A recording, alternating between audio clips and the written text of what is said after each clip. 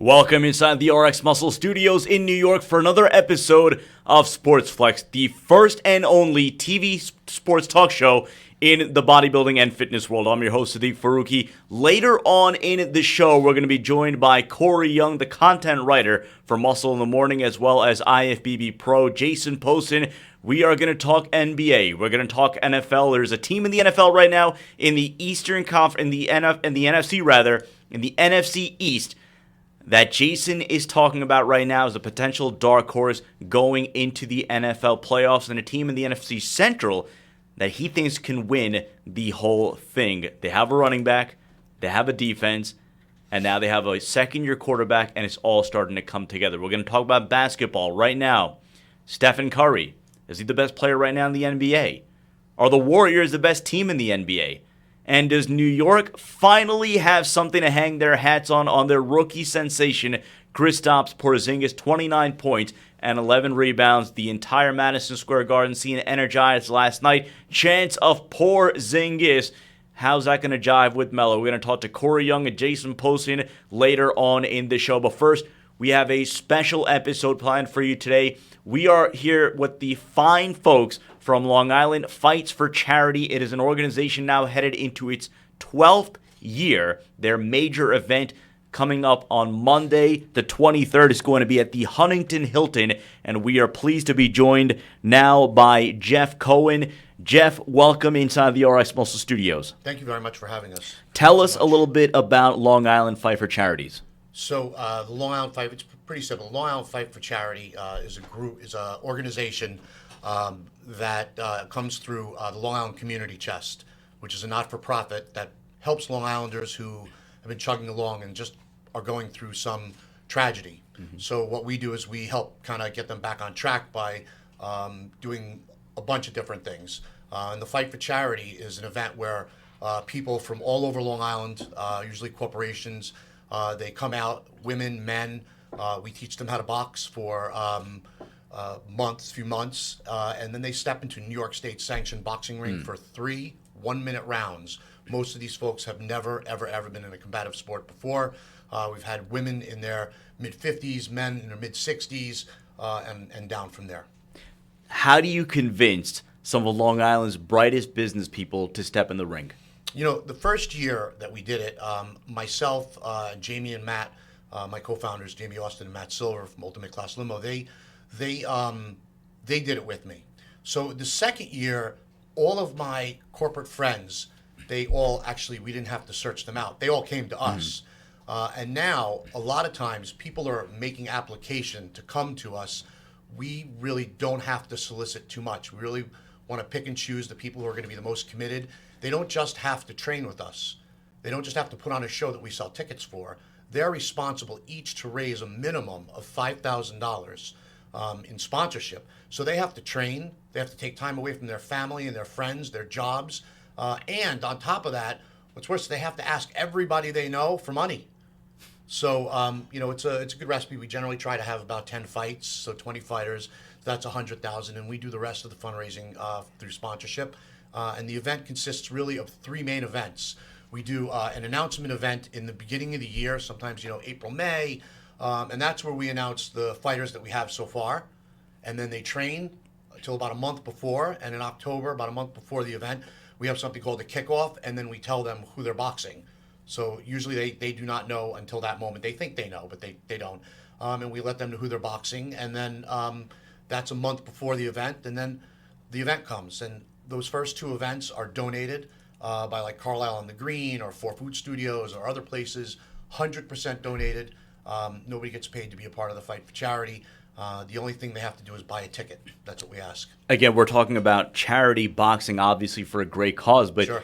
You mentioned professionals, people who have never stepped in a boxing ring before, and let's not forget, boxing is a sport that requires a ton of endurance, a ton of conditioning. Yep. What kind of a training regimen do these boxers get put through to prepare for, again, a grueling, adrenaline-filled 3 rounds? Well, we basically use a few different gyms here on Long Island, and they're all USA, which is the only sanctioning body for amateur fighting. USA sanctioned gyms. And they, just like any other boxer, You start with your step and you learn your jab and your right hand, then you jab your right hand hook, and you're working with people and you're skipping rope and you're running, and it is a lot of it's a lot. But the greatest thing is, one of the side effects is that we've had people like this year. We have a guy who's lost a little over 40 pounds. Wow. Collectively, we've lost almost a ton, actually probably a little over a ton of weight. We've had more than 10 or 15 people quit smoking cigarettes, and we've had some people actually even go on and continue to box afterward. How have you been able to engage the Long Island business community and generous donors from around Long Island, around New York, and around the country to get behind this great initiative? We have a few staple charities. The National Foundation for Human Potential, also otherwise known as Free Family Residences and Essential Enterprises, which is a health and human service organization here on Long Island. We have the Genesis School, which is a school, actually much more than a school. It's an organization, again, that provides the life requirements for individuals who are diagnosed with autism. And then we have the Long Island Community Chest, which I had explained. So, and we give boxers the opportunity that after $10,000, we'll do a split of every dollar that they raise for a 501c3, a legitimate Long Island, has to be on Long Island, 501c3, that they hold dear in their heart, that they have some charitable intent toward.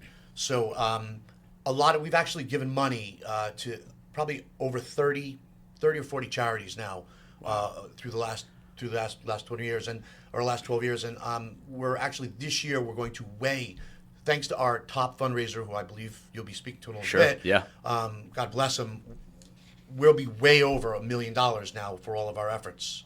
That's going to be Rick Union Made Iacarino. Damn straight. I bow to his feet.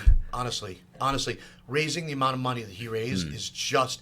We had the owner of Allure Home, Sal, who's involved with Sal us. Farrow. He's a gem. I mean, we have a lot of really, from the committee people to the 100 volunteers it takes to make the event happen the night of. We've been really blessed and lucky with the crew that has come. But people like Sal and Rick, we're just lucky that they're part of it. The effort that they're putting into it, it's wonderful. Now entering your 12th year, and again, this is going to be the 12th edition of the Long Island Fight for Charity at the Huntington Hilton, Monday night, November 23rd. Now entering your 12th year, how can you say this event and the overall initiative have gotten better, improved? What have you learned along the way? So we've learned a lot. I mean, we've learned a lot from the layout of the room to how we escort the boxers to, we make everybody a promise that we're going to have them out by 10 o'clock and then go to the after party, which is in the front of the Huntington Hilton. And we really have got it down to a science. Our volunteers, thank God, have stuck with us. What's interesting is we do have ring card girls, really beautiful girls, but we have really jack-built guys as well, because it's a corporate event. So we have ring card girls and guys. Right. We have about 25 to 30 different restaurants like Blackstone and many others of that caliber that come. And originally they were supposed to give away food the first hour. That was it. Give away food the first hour and go. They stay almost to the bleeding end. And they give out, I mean, it's an amazing thing. So for the amount of a ticket, you get a lot of fun. There's a lot of fun there. There's free drinks and free food, and it's quality. It's all quality. Now, just to paint the scene for those who have never been to the Long Island Fight for Charity, again, it is a networking event. You have a lot of business there. You have a lot of people that are supporting, either their colleague, their coworker, someone, that they consider a friend. What can you say as far as memorable events, memorable fights where you said to yourself, man, that was a real boxing match that I just saw right there? Okay, so I don't remember the girls' names from a few years ago. Two girls, I mean, that anybody in this room or anybody out there listening to this show would be like, wow, drop dead beautiful girls. When I tell you in 12 years, I have never seen such an aggressive fight. If the boxers are going for it, we let them. Dead on match, we're going to let them, like any referee would. Right. These girls were punching the entire time. In fact, in the end, one of them smiled and she pushed out her lip because at the end she had a fat lip. But I'm telling you, like 11's on the charts of 1 to 10 for a guy or girl when it comes to looks. That was one fight. Another was Sal Farrow. Although Sal was upset about it, it's any given day. The fighters are going for it. Sal knocked his opponent out. It's the only knockout we have ever had in Fight for Charity. Sal Farrow, the president of the Lower Home It was his Improvement, first time the boxing. only recorded knockout. The only recorded knockout. We've had some, some standing counts. Oh, and we had these two young kids, young kids. I think, I want to say that they were like 11, not 10 or 11, which, to me is, I think, would I want my child boxing? But then again, right. These guys, they're boxing like to go to the Golden Gloves. Their parents have them in, and they're learning discipline. And I remember my coach having young kids coming into the class and him saying, "Guess what? You're not training today. You're doing your homework. Your mom told me you're having a problem." So it was great. But we had two young kids that got in there. These young kids, they fought 3 2-minute rounds. Not one person sat in their seat. They were on their feet. Unbelievable, really unbelievable. From the charitable component, talk to us a little bit more, maybe a specific story that you remember that really stands out. People that were benefited from this cause. So the Long Island Community Chest, what the Long Island Community Chest does, like I said, is it helps Long Islanders like you or me, chugging along. We had a young man who this is a simpler case. He was our first recipient. His name is Blake. He's past college now and gives back to the organization, but he couldn't go to school because his wheelchair, he couldn't get another wheelchair, but his wheelchair was held together with bungee cords. He wasn't allowed to get on the bus. He had all these issues, and there was other issues with his transportation. We fixed it. That was just one thing, but another one, to give you a more extreme, is a young couple who lives here on Long Island takes both of their salaries to pay their mortgage, right? Everybody knows Long Island's not an inexpensive place to live. Sure. They had kids, they had twins, and in the first year of them having these kids, unfortunately, one of them got some form of cancer that wrapped their heart. One of the parents, whoever's making less, you would think leaves work. In this case, it was the mom, and they had to take them out of state every week. Going back and forth for treatments, and eventually, and unfortunately, the child passed away. So when you have, breaks me up. No. When you have a loss like that, you have an emotional loss, and then you have the bill collectors. People are, the mortgage doesn't care that you have this health issue. They want their mortgage. Sure. So the community chest steps in, and we do what we can. We can't fix the world, but we can pay your creditors. We can pay some of your creditors. We can get you back, hopefully, to being able to at least face life and be a tax-paying citizen. We've helped people who were hooked on drugs or alcohol, and people say, well, that's not a life-altering. Yeah, it is, because it's unfortunate, but some people, unfortunately, people have those problems. Everybody knows somebody. So, it's a mom, she's, homeless and with her children or whatever, and now she's going back to school and she's in other programs, and those programs from different organizations, they come to present to us, and we choose them. And now, the mom is living, she's paying her rent, she has a college degree, we helped her with a car, she gets to work. It's, they're all really great things. And then the agency that I work for, Family Residences and Essential Enterprises, providing the life requirements for individuals with special needs. I was just mentioning to these guys when I got here that I came from a home earlier. The people in this home are all non-ambulatory. They're in wheelchairs. Sure. They have a tougher existence, but we believe, as I hope everybody does, that everybody has, the right to be integrated into society with a sense of dignity, well-being, and respect. They deserve to live in homes just like we do, as nice as humanly possible, and that's where this money's going. So, and money stays here on Long Island. And like I always say, you don't actually have to train and box to fight for charity. You just got to buy a ticket or make a donation. And then one other thing I'll tell you is that the absolutely. USA Boxing, the boys and girls in white who come to keep us safe, the real judges and the real timekeepers, because we have celebrity judges as well. I'm in the ring, and we've done all we can. We don't sell raffle tickets, but we've done all we can to raise money, and the money's raised, and we really wanted to get over a certain number. And one of the refs from Westbury says to me, pass a bucket. I'm like, what are you talking about, pass a bucket? He goes, give me a spit bucket. He gets a spit bucket. He goes, pass the bucket. We passed the bucket, raised a few more $1,000s that year. Wow. So after people already gave, they gave more. So if you want to donate more, they can go to the website, LIFightForCharity. FightForCharity.com, LIFightForCharity.com, LIFightForCharity.org. And again, the event, unfortunately, we are sold out. have no more tickets. We're at the gills. I mean, if people wanted to come there a little bit later, like, say an hour or two into it. Right. No, actually, they're waving at me. They're like, no. So, and the other thing is, the beauty of it is that because every year there's new boxers. Right.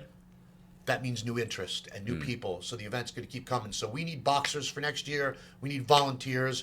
We need people. We need support. And we hope the Long Islanders come out. And guys like you guys bringing us onto this show, again, we tip our hat and bow because we're grateful. We're grateful. You guys do a great job. LIFightForCharity.com. Again, the event is the 12th annual Long Island Fight for Charity, Monday night, November 23rd at the Huntington Hilton, correct? Yep, that's correct. And last, I just really want to say that the boxers, the people who sign up for this, like, they give so much of themselves. They definitely, they're heroes. When that third bell goes off, I mean, they've really already fought for charity training. Monday night is just really their time to shine and show what their new skills are and everything. But if it wasn't for them, we'd be nowhere. Donate to a great cause, LIFightForCharity.com. The address is on our graphic below. When we come back, we're going to meet the fighters. We're going to meet Rick Iacarino, Jamie O'Mara, and Mike Romano. SportsFlex on RXMuscle.com.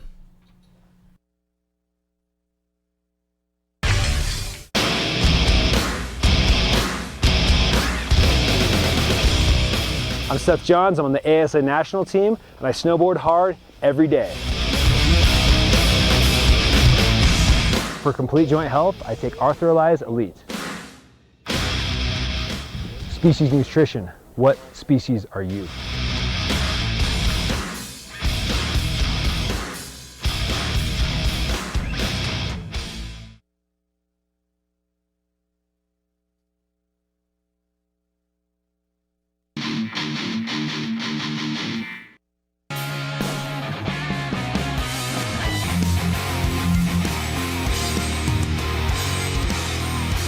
Hey, it's your boy Big Baby Miller here, #1 heavyweight prospect in America, national kickboxer, K1 and Glory superstar. Listen, I'm here to talk to you about an awesome product, #1 sponsored athlete with Species Nutrition, and it's my favorite product right here, Isolize, protein.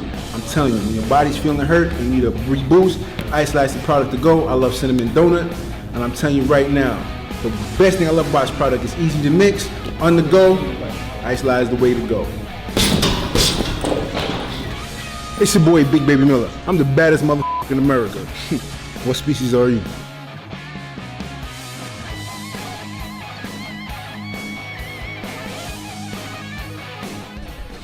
Welcome back in the RX Muscle Studio. SportsFlex on RXMuscle.com, the bodybuilding and fitness world's only TV sports talk show. Reminder, later on in the show, we're going to be talking to Corey Young, content writer for Muscle in the Morning, as well as IFBB Pro Jason Poston. We're going to talk NFL, NBA, and we're going to take your questions. But now we are joined by the fighters in the 12th annual Long Island Fight for Charity. Again, the event is going to be Monday night, November 23rd at the Huntington Hilton. The event is sold out. If you still want to make your donations, however, you can go to LIFightForCharity.com. We'll display the website URL on the graphic on the screen below. But we are now joined in studio. To my left, we have Jamie O'Mara. Jamie, welcome to the show. Thank you.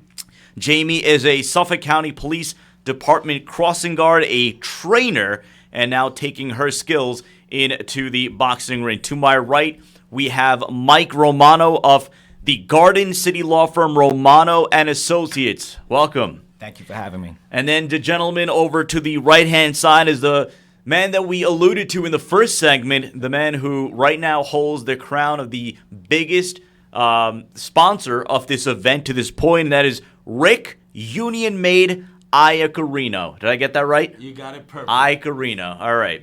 Helps to have a exotic last name myself.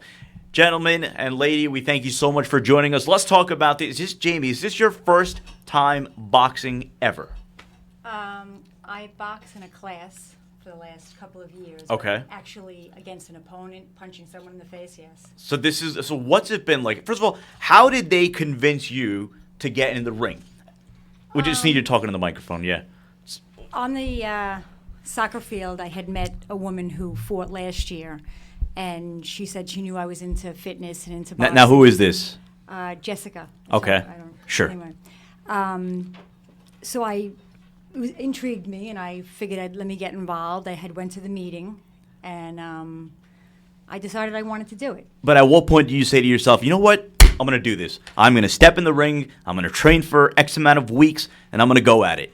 That the night of the meeting, I decided that this was a good thing, that if I was capable of getting up in the morning and going about my business and doing things at a high pace, and there were people in the world that weren't able to, why wouldn't I want to help them out and do it for them? You know, there is one thing about being in this studio, generally speaking. We have bodybuilders in the studio. Now, they come in, and obviously they have their gallon of water, their BCAAs, their pre-workouts. Now, generally, they are high-intensity, high-energy individuals. That said, last year and this year, when we have had these boxers in the studio, you could feel a whole new level of adrenaline. And Mike, we're going to go to you now.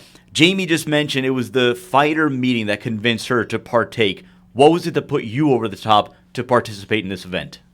Well, to be honest, I had met Matt Silver out at a networking event, and first time I had met him, and he started talking about how he's part of this organization, and I'm always out networking and getting involved in different charities, and I thought, this was pretty cool, different than another golf event or another event where you go and eat and drink too much. So Matt kind of convinced me then. I went home, I thought about it, and I said, you know what? Get me out of the office, get me out of the courtroom, maybe get me in shape and raise some money. It made sense. So. Now, have you ever boxed before? Never boxed. I studied some martial arts a while back when I was a teenager, but this is different. This is fun. Rick, let's go to you now. Again, we mentioned the obviously the fundraising component, and that's what many people are very thankful for. You did a great job raising money amongst your circle. But let's talk about this from a boxing perspective. Now, you yourself have never set foot in the ring before, correct? Not in a boxing ring, no. Not in a boxing ring. Okay, so let's hear from you. What convinced you to step in the ring, go through the training regimen, and decide, you know what, I'm going to go toe-to-toe with someone? Well, actually, all three of my children, Nick, Dominique, and Keith, are all part of the Interact Club in their high schools. And my daughter had asked me to look for charities. And the combination of the fact that one of the attorneys who works for me, daughter, has a very rare disease, and her charity, Rohad Fight Inc., the symbol is 2 red boxing gloves in the shape of a heart. So when I went online to look for charities and I saw Long Island Fights for charities, I said, God's talking to me and I needed to do this. Now, when I think about this event, I think about one fighter in particular, and that's a fighter that we had in this studio last year. You're already smiling and nodding. You know who I'm talking about? Absolutely. Who am I talking about? Sal Ferro of Allure Home Improvement. There's Sal, but there's someone who fought last year. Oh, I'm gonna let you take a guess. I can't remember. All right, you have a guess here? No, okay. Joe Palumbo. Yes. And the reason I say this is because Joe, before we even went on air, Joe was bouncing around the studio. Joe was ready to go. I was scared to stand next to Joe because I thought Joe was going to take a practice shot at me. You all seem to be a little more calmer as we head into this fight. So, Jamie, we are now, 4 nights away from the big event. Right. How do you feel from the beginning of your training regimen to now? In the beginning, I was really psyched, and then I got punched in the face a few times. So when you spar, Right. you actually get hit. You actually get punched in the face. Yeah. Now, is that something that you expected, or you thought, all right, they're going to go easy on me? And Well, like I said, when I was boxing in the class, and I was up against a heavy bag and a speed bag, it was a lot easier. And then when someone was actually coming back at me, it was a whole different ballgame, and I was not expecting that, even though it's obvious that that's going to happen. But I'm used to it now. I'm getting used to it, and I'm totally ready. So right now, you feel as far as your overall stamina, your endurance, Yes. your ability to hit from the time that you started to now, do you feel as if these 3 components are a little bit more polished? Yes. Yes. So let me ask the 3 of you, were you at the event last year? I was there, yes. That's where No, I I met was Matt. Okay, so Rick, when you were watching these fighters, and you know the boxers, and again, many of the fighters are from the Long Island business community, or they're well-known personalities.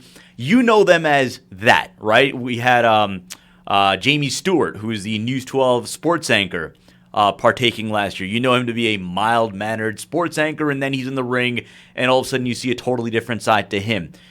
how does that make you feel as far as, all right, I just saw them in another element. That's an element that cannot be replicated anywhere else. It can't be replicated in a sparring session, can't be replicated in a heated argument. When you see that side to them, does that add a little bit more fuel, a little bit more motivation? Like, I want to see what that's like. No, absolutely. I think all of us, our main motivation is to raise money for the charities. But, we're not going to lie. We're all juiced. We're all ready to go. Now, is this something you say to yourself, you know what, I'm an attorney, so naturally you have to be a type A personality, and I would think, Mike, you would agree with this. You cannot be a type B, relaxed, laissez-faire. You're an aggressive individual by nature, right? Just as far as your profession, just as far as how it is you approach every business interaction, litigation, or what have you. Do you say to yourself, all right, boxing ring, this presents that opportunity for me to have that outlet that I have not had to now, and now I can express my rage, anger, or conditioning in a way that I haven't had an opportunity previously? Well, yeah, I don't know if I'm doing it for anger management, but yeah, absolutely, I'm not going to deny that I'm looking forward to the event. I think all of us now wish it was tomorrow, and I'll tell you, it is amazing. The people you meet, the trainers. And I think next year you should think about it. Because let me tell you, nothing better. Let's get off me for a second here. Let's go back to Mike. Mike, your motivation, just as far as thinking about the opportunity to go into a boxing rink and seeing a boxing fight and seeing just the thrill of somebody punching, getting punched, and then that toe-to-toe interaction. Is you see something like that and think to yourself, you know what, I might not get another chance to do this. I'm in. This is absolutely a one-time opportunity. I don't think I've ever spoken in front of, say, 1,200 people, let alone get in a ring and throw some punches at somebody. So this is definitely a one-time experience for me. And the part of it that I'm really excited about is, there's a lot of similarities between I think, law and boxing, especially litigation, strategy, when to be aggressive, when to kind of step back and see what the other guy's doing kind of thing. So this is definitely a one-time opportunity. Got to raise some good money for a great cause, get in some great shape, and have all my friends watch me get beaten up all around the ring. So very excited about it. So now, Jamie, we're going to go back to you now. Obviously, as a fighter in this event, you're not just a fighter, you're a fundraiser. You're spreading the word of a great cause, raising money for great causes. Talk to us about the interaction between you, your family, your friends, your colleagues, as far as raising money for this event, and how many people do you expect to have courtside for Monday night? Probably about 35. Wow. Yeah. So have they been receptive as far as raising money for this great cause? Yes, and they can't wait to see it. Yeah. So now, when you think to yourself, all right, I'm going to have, I guess, your husband, your kid, your colleagues, people that you know very well. Is there a side to you that says, I better not get hit. I better not get hit square in the face. That could be embarrassing. That's a moment I might not be able to live down. Not really. No? No. You know what? It is what it is, and we're all doing this for, like we said, a fundraiser, and I don't see any of them out there, so they really can't say too much. So in other words, what you're thinking is, I'm going to get that first shot in, I'm going to get that second, I'm going to get that last shot in. Without a doubt. All right. So, Rick, and again, your nickname. So let's go with the nicknames. Jamie, what is your nickname? Is the trainer. Right. All right, simple enough. You're a trainer. Now, what kind of training do you do? You're a physical trainer, personal trainer. Older women. Now, is this more weight training, cardio, a little bit aerobics? Of both. A little bit of both. Okay. Not aerobics. Tell her to show you your biceps. Look, this is a bodybuilder channel. You cannot look come at on those the guns. show and not show the audience your guns. So, Johnny, our producer, can get a camera shot. No, all right, we're good. All right. So you're the trainer, Mike. You're the litigator, right? Pretty simple. I like that. That is a sick name for a boxer. You go in there and you litigate and you mash. All right. Rick, your nickname is Union Made. Now, we had a little discussion before we went on air what was behind that name. And then, of course, Jeff talked glowingly about you in the first segment about how much money you've raised, how you've raised a record amount of money for this great cause. Talk to us about the relationship between the money you've raised and, again, that nickname, Union Made. Well, my mother, I live in Dix Hills. Life has been good, but I grew up in Flatbush in Brooklyn. I got a Puerto Rican mom, an Italian dad, so fighting is in my blood. And She actually was a business agent for the Ladies Garment Workers Union back in the day. She's 87. God bless. She still lives with me. Very nice.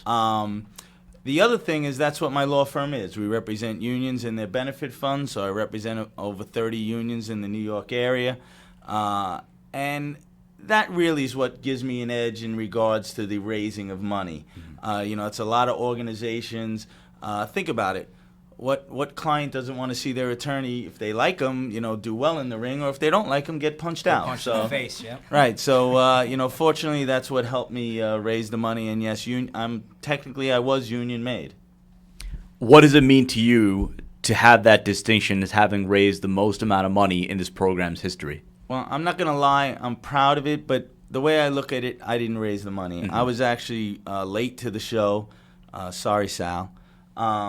And didn't start raising money till late September. But fortunately, it's all the people who raise the money, and especially for the girl, for my personal charity, Marissa Carney. I've had a friend donate $10,000, and I had 5 women in one of the offices that I represent chip in $25 each. And every dollar in between, that's who deserves the applause. What does that mean to you to have people who, again, they may not be making the most substantial amount of money, but everyone in your circle chipping in what they can? It fills me with a lot of pride. I'm not going to say no. I like to think that where I can, I help people. Mm-hmm. But for all of these people to come out, and support me in support of these great charities, it really fills my heart. Mike, let's go to you. As far as fundraising, as far as approaching your family, your friends, your colleagues, what was that process like in terms of raising money for this great cause? Well, I'm fortunate to have some clients and vendors that I deal with who jumped at the opportunity to sponsor me, and just basically family and friends, everything from people I've known my entire life to people I've met recently, colleagues that I do business with, if they're able to come see the fight or just donate a few dollars. So it's been great. Now, what do you know, Jamie, we'll start with you. What do you know about your opponent? Have you gotten an opportunity to study your opponent? Do you know what your opponent's tendencies are, or are you going into this completely blind? No, I've sparred with her. I've spoken with her. We work out of the same gym, and I think we're very compatible as far as... So is this going to be a friendly fight, or is this going to be one of those where anything you two have not been able to stand about one another, you're just going to let it out? I think we're both going to give it our all. And give a good show. So it's going to get ugly. Probably. It's going to get ugly. On this side, have you two gotten a chance to study your opponents at all? Actually, my first opponent was a little older than me, a little heavier than me, and hadn't had much training. And unfortunately, when we sparred, he apparently the black eye and the bruised ribs caused his knee to swell up, so he's out. So now they got me a new opponent. I love him, Andrew Nerone. He's about a year younger than me, a little heavier than me, solid. He did some Golden Gloves training, so we're going to put on a great show. Mike, what about you? Have you gotten a chance to see your opponent, study their tendencies? We had the opportunity to spar once. I, too, had my original opponent had, dropped out of the running. And so basically they were both scared of you guys. That's basically what it comes down to. Well, you figure who wants to fight an attorney? You win or lose, you might get sued. So this is true. Exactly. This is right. true. But then somebody stepped in, a New York City police officer who has some experience. I believe he's fought in a couple of charity fights. So we sparred a couple weeks ago. Seemed to move around pretty well together. So I think we're going to have a good fight. So finally, guys, just as far as coming into this event and the takeaway, what's the takeaway? We'll start with you. You've obviously gotten an opportunity. We talked about this could be your one and only shot at boxing, but right. It is a unique way for you to raise money, raise awareness for great causes, raise awareness the fact that on Long Island, the community here is doing great things. What do you take away from this whole experience? That, first of all, anything that you put your mind to, you can do. And that it's good to step out of the box and not stay comfortable. Mike?